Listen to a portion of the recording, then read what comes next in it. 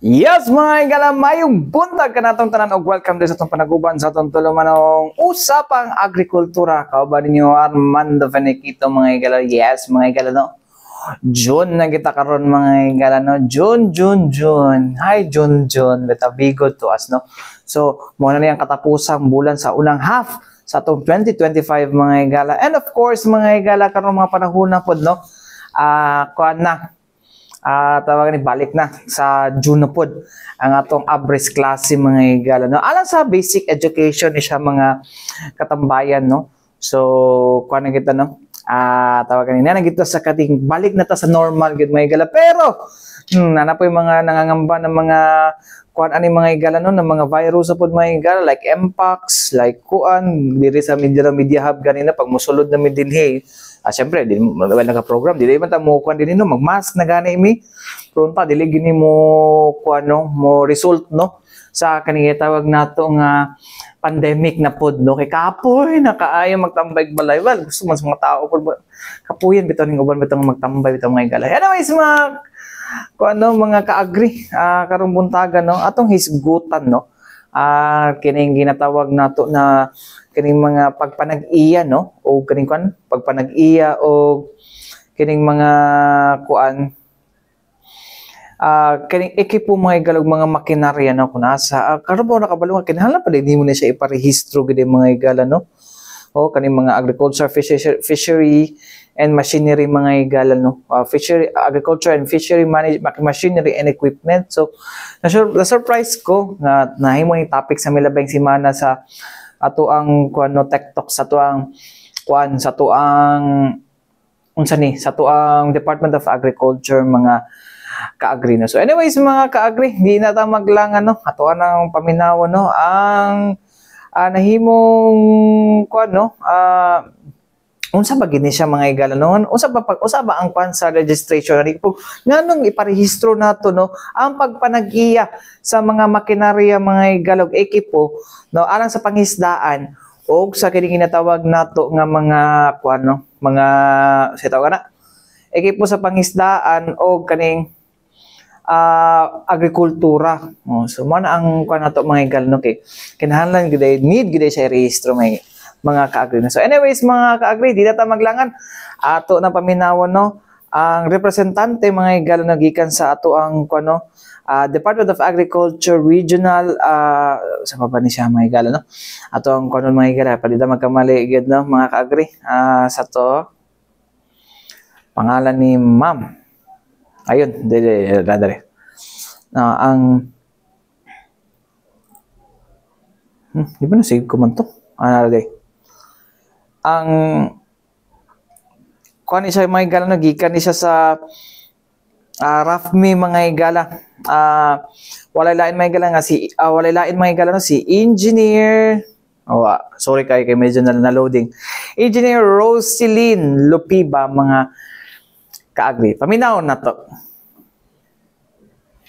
Kung karon mga kaagri, importante kaayo ni kay padayon gyapon natong hisgutan kini about sa atong mga agriculture, ang mga agri machinery and equipment nga to ang mga ginahatag sa atong mga benepisyaryo. And kauban na ako gikan sa Regional Agricultural Engineering Division, specifically sa ato ang Standard Regulations and Enforcement Section or SRS. Walay lain ang atong Engineer 2, Engineer Roseline Lopiba. Good morning and welcome sa itong programa, Good morning, Engineer. Sir Saz. Kagwapa ba? Oy, salamat. Sorry kayo kay Engineer Nika o kang Engineer Rachel, pero karon maingon jud kong ang pinakagwapa sa rayon. Hello, na. Dili jud ako. Kinsa magid yan? Si Madam Ali. Madam Ali jud. Wala jud makabangbag ano kang Engineer Ali.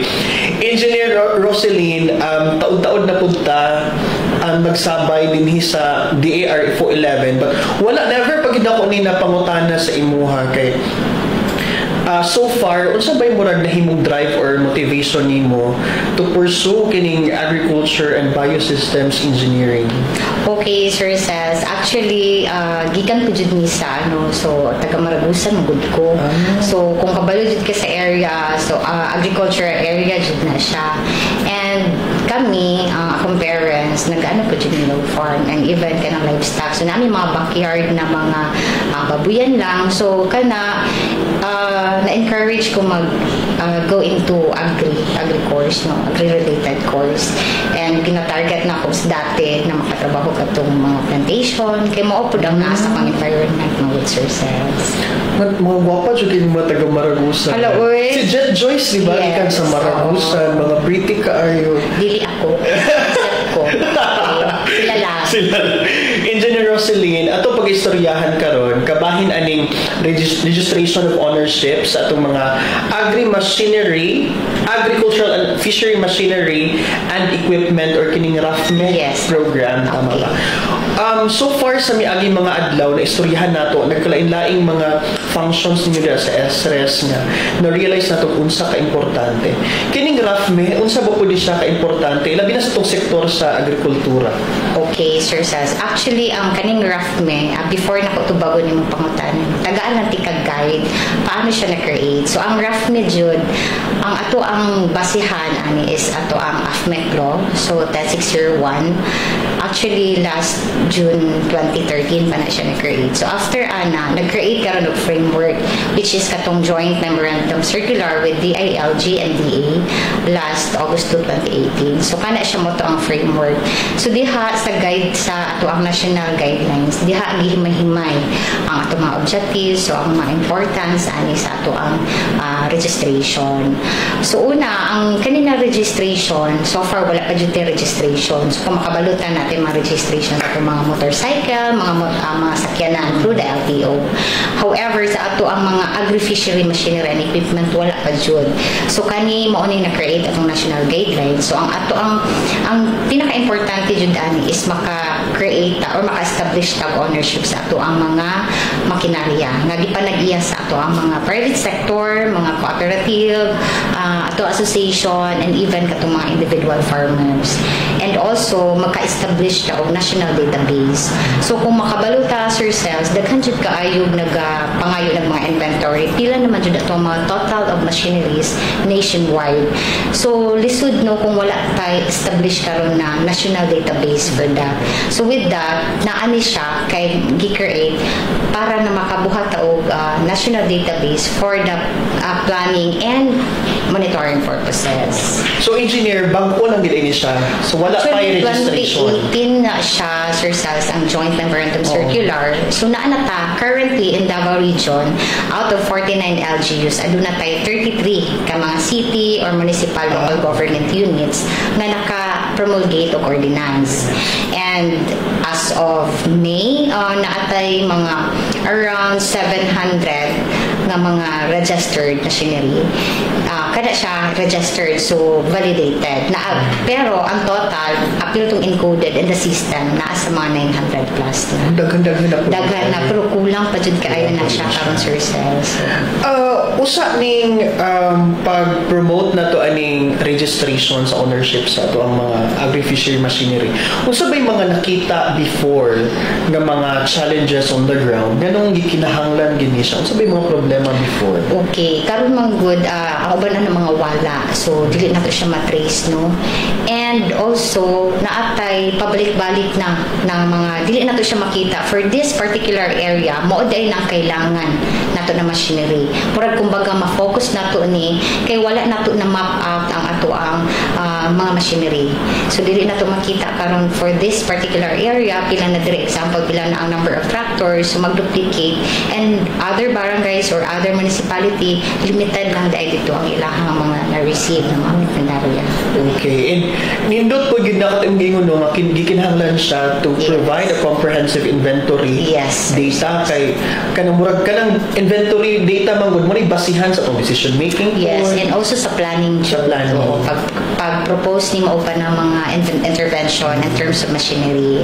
So makita po nimo ang level of mechanization nato diri sa Pilipinas. Okay. Does it include unsa ba yung mga nagkalain-laing mga agri-fishery machinery and equipment ka included? Okay.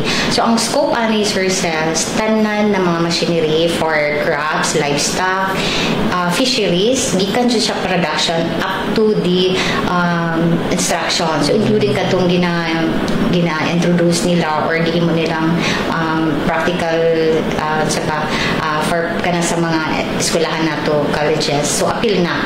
So kini siya covers tanan na machinery as long as serviceable.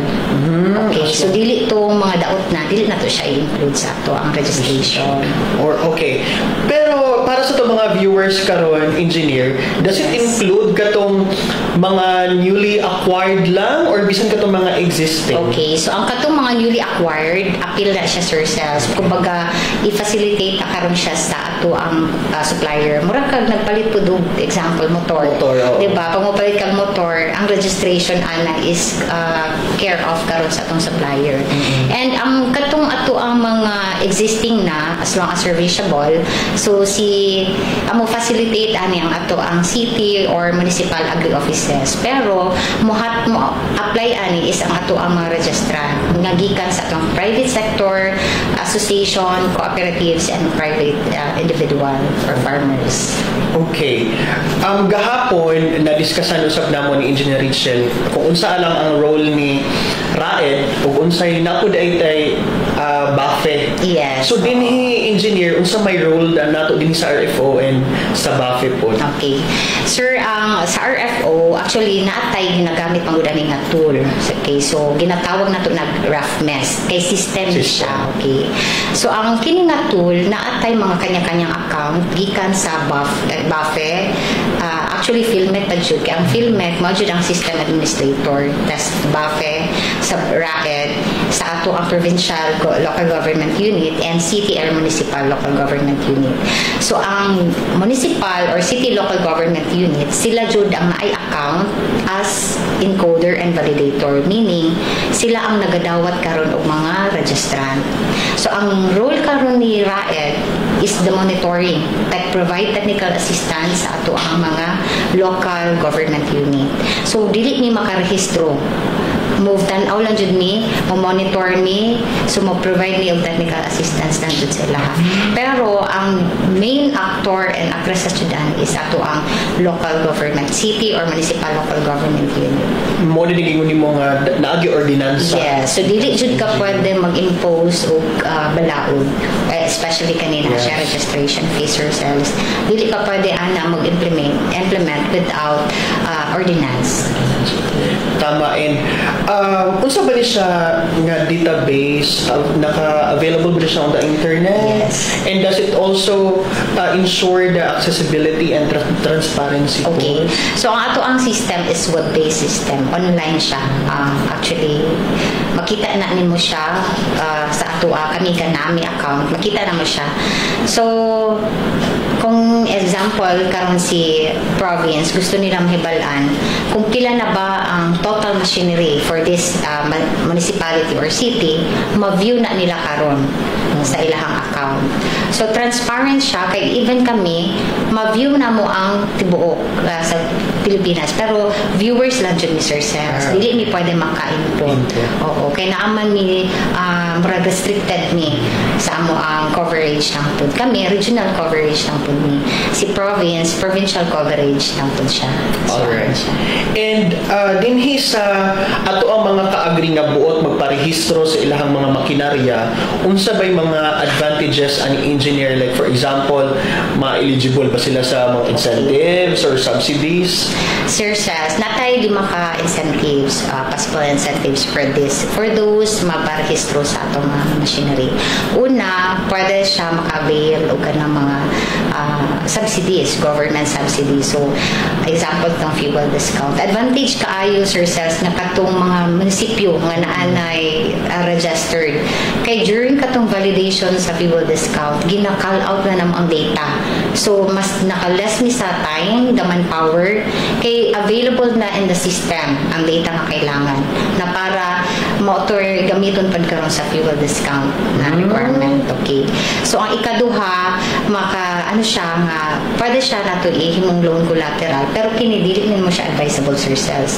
Kay kasagaran sa ato ang mga makinarya nga naa sa baba, diba grant or siya sa government, so which is na siya MOA, na dili siya pwede ibaligya, dili siya pwede iprenda. And also, dili pa po ni siya nga ma-acknowledge karon sa ato ang mga bangko or cooperative na nag-offer og loan. Okay, so ang ikatulo, pwede siya makatrack sa katong mga nawala nga makinarya. Kaya naman tayo ipilit good ani nga sticker. So kung sa ato ang mga motorcycles na atay plate number, kini na atay QR sticker. So ang atong QR sticker, Sir Cells, is maskan na to through our phone. Malocate na to ang location, ang area, or ang asa karon na himutang ang ato ang mga makinarya. Ang ikaupat, pwede sila maka-avail o katong common service facilities sa mga munisipyo or city. Example, naatay isa ka munisipyo na karon na mo-offer kung registered kang registered na machinery in case kung nakay minor repairs na ay available na motor pool si LGU, pwede siya dito mo request na makahangyo og repair. And lastly, naatay possible insurance sa atong PCIC. Pero kani Sir Cells, ongoing amo ang coordination with the PCIC for the corresponding insurance for those registered machinery. Okay. Actually, na-surprise po ko na recently, engineer, kay abi gina ko sa una og kining pwede na to mapa-insure sa PCIC kay crops and livestock na apil day makinarya. Actually, gina-work out nga included ang operator, pero kana Sir Cells, ongoing pa jud amo ang collaboration with the PCIC. Pero natay na hitabo ng consultation with including the private sector. Alright. So, kanang murag gid siya nagparehistro kag motor. Oo, ana ginana lang jud yes. Di ba, for example, kanay collateral nimo sa ang mga kay certificate of registration. Yes, mura siya equivalent to LTO. Actually, ana siya. Pero again, ingon engineer, dili siya advisable na himuon ninyo nga collateral kay labi na existing MOA ka nang gi-provide din na siya sa gobyerno tawon. So, pero for those private individual manipalit, and if acceptable siya sa katong bangko nga mag-ano or cooperative na nag-offer, so pwede ra. Pwede ra. Pero katong mga asosasyon nga gikan din sa DA inyong makinarya, ayaw po tao. Ayaw lang. So natay certificate ani Sir Cells actually. Balik kung tahay ikaw magpa-registered as individual farmer, tagaan ka na mo og certificate. So we call it as customer. Second, tagaan ka na mo resibo for your payment and katong QR sticker na ipilit nato karon sa imong makinarya. Okay. Nindot kayo no, kay for example katong imong giingon mawala imong makinarya, malocate gid nato kay registered ba. Malocate siya. So, engineer, nahisgutan nimo ganina nga dili pa tanan nato nga mga local government units din sa rehiyon na agi existing ordinansa bahin ani. Unsa atong gibuhat nga mga inisyatibo para ma-encourage nato ang ubang LGU nga maghimo og susama nga ordinansa? Okay, sir, kani balaod man jud siya no. So, amo jud siya closely coordinate sa ato ang mga city or municipal local government units through our provincial local government unit. So, nagka-conduct ni monitoring, actually nagka-conduct ni retooling, and nagkahatag ni mga follow-up letters sa ila hazard cells. And naapod mi ginakandak na annual regulatory services. So, dito na mo ginalatag, gina-encourage na mo sila nga promulgate of ordinance. And also, naapod mi upcoming na collaboration or meeting sa ato ang DILG. So, magpatabang mi sa enforcement ani na regulation. Nindot kay tama di ay kay ang LGU is under man sa DILG. So, kinikod siya katong joint memorandum circular is with DILG dito siya, Sir Cells. Alright. And talking about registration fee, pila ba ni siya, engineer? Okay, ang ato ang registration fee is only 300 pesos per machinery, pero one-time registration na ni siya, Sir Cells. Okay. So, dili siya yearly one-time registration lang dito ni siya. Pero i-revalidate ni karon after 5 years to be led by the BAFRE. Ang purpose for revalidation ani Sir Cells, kay basin after 5 years, nanay nang wala or dili na serviceable or gibaligya or nag-transfer og owner. Okay. Pero katuha one time lang siya pag revalidation, wala na ibayad. Wala na. Okay. So unsa na siya per sticker? Per machinery. Per machinery. Okay. And talking about katong giingon nimo engineer nga syempre kanang law manino na may law. So syempre kung ang individual naga-claim siya unlawfully naga-claim siya nga registered dato iyang mga makinarya. So unsa may mahimong penalties or consequences? So based sa ato ang aspect law, bawal jud na siya prohibited acts na mag-claim kag ownership. So ang penal provision violation na sir cells, minimum of 1,000 to 10,000 na fine and imprisonment of 2 months to 6 months or pwede both. Pero kana siya sir cells, medyo harsh kaayo siya. So why not mobayad ka og 300 pesos compare sa ma-penalize ka na. And na ating mga LGUs actually sir cells na gina-adapt nila ang ilahang penal provision which is mas baba lang. And kaya naman dyan na sila yung autonomous decision. Yes. And even sa payment, so naatay mga munisipyo or city na nag-offer for free and gina-adjust nila from 300. Okay. So, ang ipasabot po na ko sir cells na kanig 300 pesos para radyo ni siya sa registration. Kaya pag kumbaga processing fee. Kaya sa processing fee manggod nimo, syempre naakay resources na kailangan. So una, kailangan nimo tong registration forms. Second, kailangan na tong internet connection kay system man ni siya. And kailangan na tong QR printer and sticker. Oh, so diha padulong to ilang payment sir cells. All right. And para sa tong mga ka-agri karon nga nagatanaw engineer, kung buot nila magparehistro silang mga agri-machinery and equipment, asa ba sila muduol or kung mag-inquire lang bali, asa sila mo contact engineer? So, kadtong mga, especially itong mga private sector na to, no? And pwede dyan sila mo direct o coordinate sa ato ang mga local or the local government unit. Pero kung initial pa lang, pwede rin sila sa mo, mga yung information. Pero kung gusto na dyan sila magparehistro, after na makabalo sila ani nga na-adete registration, doon lang dyan sila sa city or municipal local government sa agro offices, agriculture offices. And engineer, I know ganina naisgutan ni mo no daghan kay challenges when it comes to the implementation of this registration. Personally dinha sa inyuha sa SRS sa imuha diri sa kining registration. Unsay murag kanang challenging gid kaayo nga part when it comes to this registration? Actually, sir, ang pag-implement sa duga ng balaod, dili judicial lalim. Even pag promulgate pa lang, pag-ordinansa, muagi siya series of hearings sa atong SB. So, daghan tag questions ana from our stakeholders, private individuals, ana. So, dili siya ingana ka sayon. And during implementation, after sila makabuhat ng karag-ordinansa, sir cells, dili ingana pud ka dali mag-implement. Kay kabalo jud mi labi na karon sa mga ato ang partners no sa city and municipal local government units, additional jud sa ilahang trabaho. Yes. And kabalo pud ta kulang og manpower sa ilaha and daghan murag kumbaga isa ka tawo dala tanan ana diba? So masabtan na mo nga mao na kasagaran na mo nga mga dungog kulang og mga manpower. So uban pud ana is dili sila maka-operate is because or maka-implement kay wala sila mga resources, wala tayo QR printer. Pero sa in terms of manpower, so dinag namin na ano na mga GIP. So karon gi-propose na mo nga i-deploy na mo siya sa province to help para sa ato ang encoding. Kay kani sa system sir cells ang mas ano man gud siya medyo mag-consume ka og time is sa encoding. Kay kuhaon nimo ang information karon sa registrant and information karon sa machine. So kana siya i-encode na to in the system. So medyo daghan kailangan jud sa isa. Yes, opo. So hassle po sa ilaha dahil labi na nagka-area sila. So sa area wala internet, so lisod kaayo kung magtrabaho ka nga wala kay internet to tani. And naapod tay support karon from the PhilMec. So naatay mga selected nga province na naghatag sila og QR printer and also nanapod sila nahatagan jud sir cells ng isa ka munisipyo. So ano nila at least katong kumbaga ihatag nato sa province, pwede nila mapahiram sa ilang kanya-kanya mga munisipyo under sa ilang probinsya. Alright, so additional nga kanang kahibalo ala sa itong mga GIP no and kato imong gingon engineer lisod gyud kana manpower. And considering ang kadako sa scope. Yes, sa isa ka munisipyo siguro mga 24 barangays yung anak kadaghan.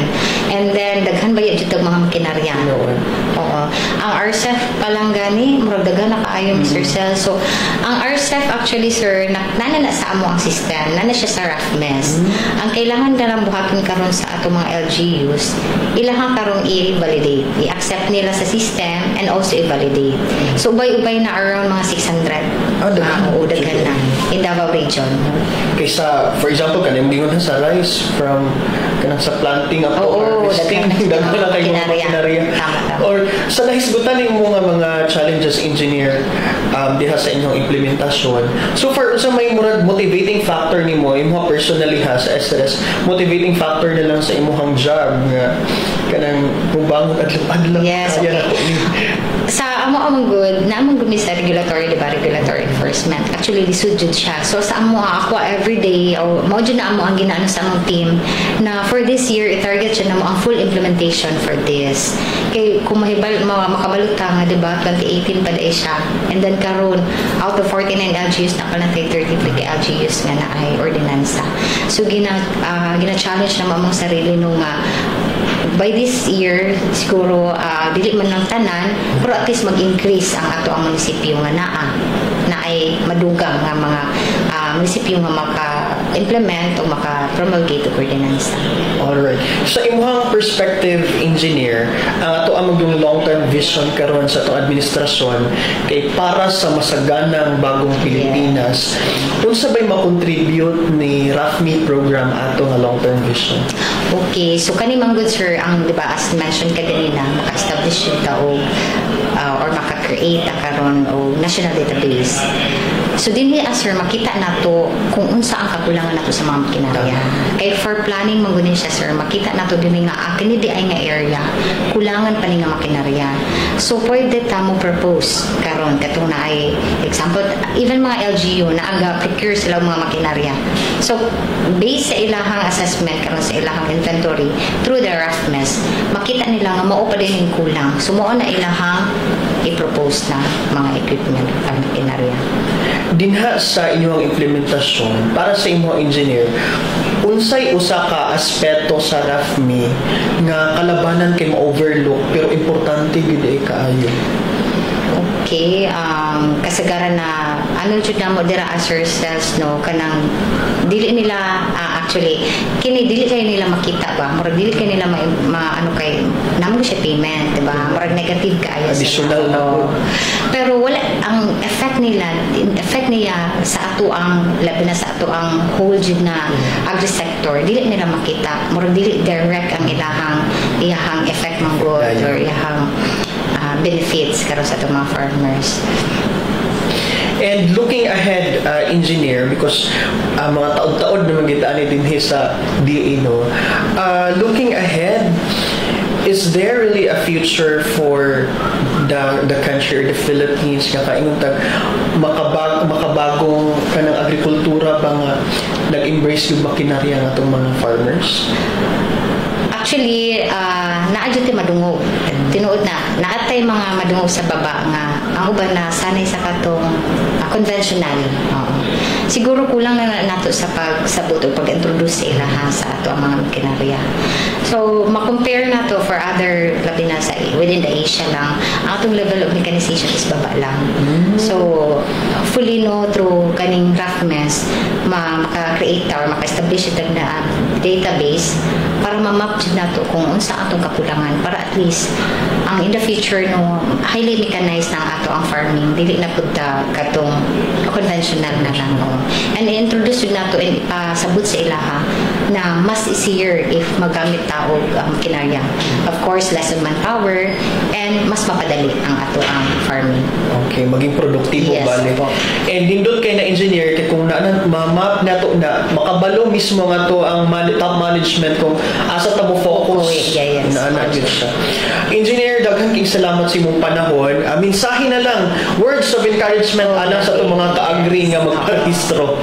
So sa tanan no na mga private sector, cooperative, association, and also the private individuals or farmers, gina-encourage na mo na magparehistro mo sa inyong mga makinarya sa ato ang kanya-kanya ng mga city or municipal local government through sa ato agri offices. Alright, engineer, and of course dili jud ka ma-exempt ani kay tanan yes. Mga kauban ning agi gid ani nga mga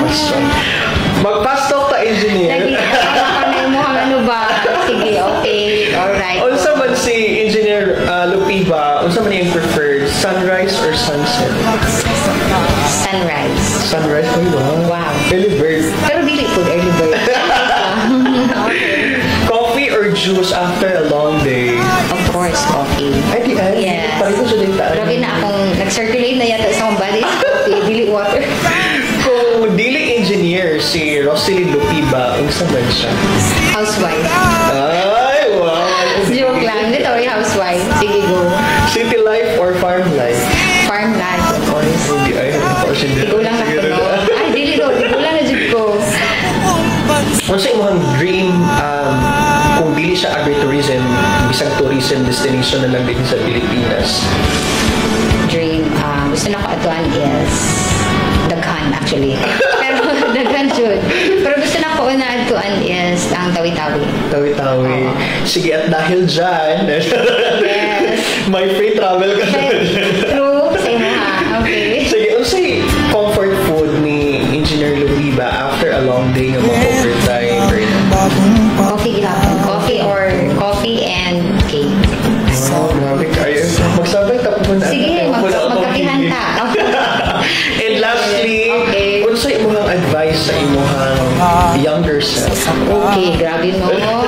So sa akong younger self din ha, madayon lang, take risk, and not afraid to try new things sa mami. Yes.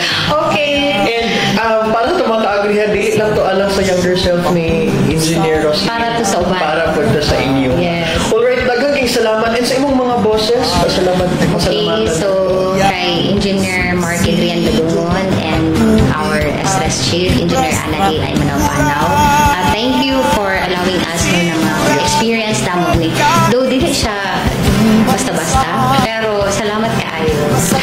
So, mga ka-agri, no? Si Engineer Roselyn Lupiba, mga igala, no? Gikan sa Regional Agriculture Engineering Division, mga igala. Sa, tama ba ko? Sa Raid ba ni si ma'am? Butang ko din hipod god, no? Sa, sa to ang Agri-Info Davao, mga igala. Ay, sumto, nara. Representative ni siya, mga igala. Magiging naman dire, representative sa engineering representative. So, mo na to siya, mga igala. But anyways, mga ka-agri, so mo to no, ang mga kinahanglan ninyo buhaton mga ka-agri sa itong mga mag-uuma, sa itong mga farm owners, no, na kinahanglan di ay gyud, no, na mga kaning mga basis, legal basis, no, nganong kinahanglan gid siya